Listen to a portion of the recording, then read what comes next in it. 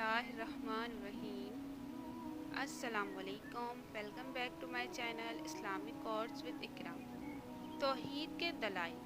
اللہ پاک ایک ہے، اس کا کوئی شریک نہیں۔ اللہ پاک بے نیاز ہے، سب اس کے محتاج ہیں، وہ کسی کا محتاج نہیں، نہ وہ کسی کا بیٹا، نہ اس کی کوئی اولاد، کوئی بھی اس کا ہم پلہ نہیں، کوئی چیز نہ اس کی مثل ہے نہ ہو سکتی ہے، بلکہ حق یہ ہے کہ وہی ایک موجود ہے۔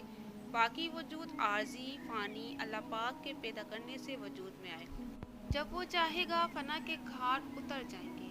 وضاحت یعنی حقیقی وجود صرف اللہ پاک کا ہے، باقی جو بھی موجود ہے اللہ پاک کے پیدا کرنے سے موجود ہوا۔ مقصود حقیقی بھی وہی ہے کہ سب اسی کی معرفت چاہتے، اسی کی رضا کے طلبگار رہتے ہیں، اور عبادت کے لائق بھی صرف اللہ پاک ہے، کوئی معبود نہیں مگر اللہ۔ ہم اللہ پاک کے رسول مقبول صلی اللہ علیہ وسلم پر ایمان لائے۔ الحمدللہ، اللہ پاک کے موجود ہونے پر اور اللہ پاک کے ایک ہونے پر دنیا کی ہر چیز روشن دلیل ہے۔ جو نادان اللہ پاک کی وحدانیت کا، اس کے ایک ہونے کا، اس کے رب ہونے کا انکار کرتا ہے، اس کی صرف زبان چلتی ہے، ورنہ اس کی آنکھیں، اس کے کان، اس کے ہاتھ، اس کے پاؤں، اس کا پورا جسم، اس کی جان، بلکہ اس کی بولنے کی طاقت، اس کا اپنا وجود خود زبان حال سے اللہ پاک کی وحدانیت کا اعلان کر رہا ہوتا ہے۔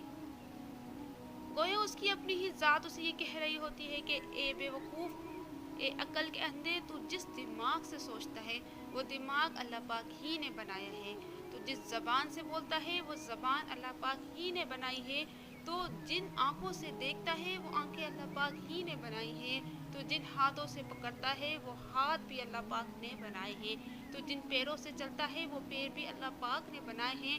تیرے سینے میں دل دھڑکتا ہے وہ دل بھی اللہ پاک نے بنایا ہے۔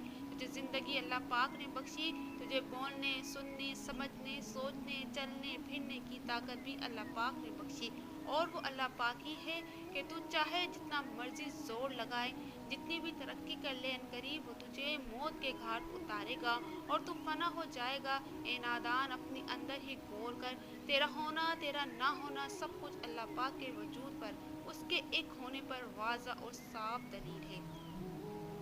اللہ پاک فرماتا ہے، پارہ نمبر 26 سورہ الذاریات آیت 21، ترجمہ کنز العرفان، اور خود تمہاری ذاتوں میں تو کیا تم دیکھتے نہیں، یعنی اے کافرو، تمہاری پیدائش کے مراحل میں، تمہارے اعضاء کی بناوٹ میں، تمہارے اعضاء کی ترتیب میں، تمہارے جسم کے اندرونی نظام میں، تمہاری پیدائش کے بعد مرحلہ وار تمہارے حالات بدلنے میں، تمہاری شکلوں، صورتوں اور زبانوں سے اختلاف میں، تمہاری ظاہری اور جسمانی صلاحیتوں کے مختلف ہونے میں، تمہارے ظاہر میں، تمہارے باطن میں اللہ پاک کی قدرت کے بے شمار عجائبات موجود ہیں، تو کیا تم غور نہیں کرتے؟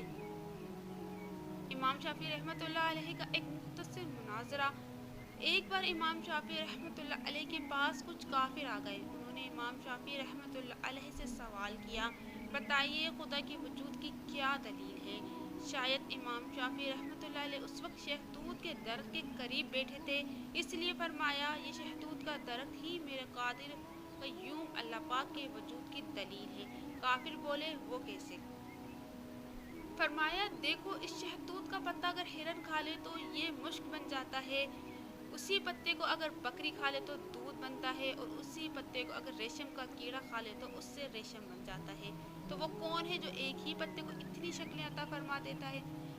حالانکہ پتا ایک، اس کی طبیعت ایک، مٹیریل ایک، بس کھانے والے جانور بدلتے جائیں تو اس پتے سے تیار ہونے والی چیز بدلتی جاتی ہے، بس جو ذات ایک پتے کو کبھی مشک، کبھی دودھ اور کبھی ریشم بناتی ہے، اسی کو خدا کہتے ہیں۔ یہ خوبصورت دلیل سن کر وہ کافر فوراً کلمہ پڑھ کر مسلمان ہو گئے۔ فلسفی کا غرور کیسے ٹوٹا؟ مولانا روم رحمۃ اللہ علیہ مثنوی شریف میں فرماتے ہیں، ایک بار ایک فلسفی کہیں سے گزر رہا تھا کہ اس کے کانوں میں تلاوت قرآن کی آواز آئی۔ کوئی شخص سورہ ملک کی تلاوت کر رہا تھا۔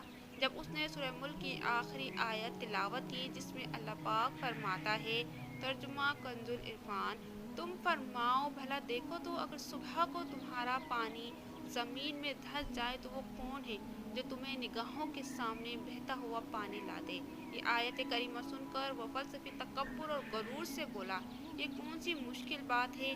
اگر اللہ پاک پانی کو زمین میں دھسا دے تو ہم سائنس کے بل پر مختلف آلات کے ذریعے پانی کو پھر نکال لیں گے۔ اس کافر اور منکر فلسفی نے یہ بات کہی اور اپنے راستے چلا گیا۔ رات کو جب یہ سویا تو خواب میں دیکھا کہ ایک بہت طاقتور شخص آیا۔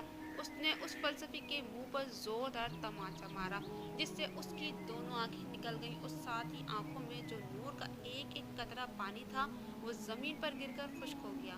خواب میں آنے والے اس شخص نے خواب ہی میں کہا، اے بد نصیب، اگر تو واقعی کدال، پھاوڑے اور دیگر سائنسی آلات کے ذریعے اللہ پاک کی مدد کے بغیر زمین سے پانی نکال سکتا ہے تو اپنی آنکھوں سے نکلنے والے ان دو قطروں کو زمین سے نکال کر دکھا۔ صبح کو جب فلسفی صاحب اٹھے تو ان کی آنکھیں پھوٹی ہوئی تھیں، خود کچھ بھی دکھائی نہیں دے رہا تھا، غرور و تکبر کا سارا نشہ بھی اتر چکا تھا اور اللہ اللہ کر رہا تھا۔ ویڈیو اچھی لگی ہو تو لائک کیجئے، کامنٹ میں اپنی رائے لازمی دیجئے، چینل پہ نئے ہو تو سبسکرائب کر دیجئے۔ شکریہ۔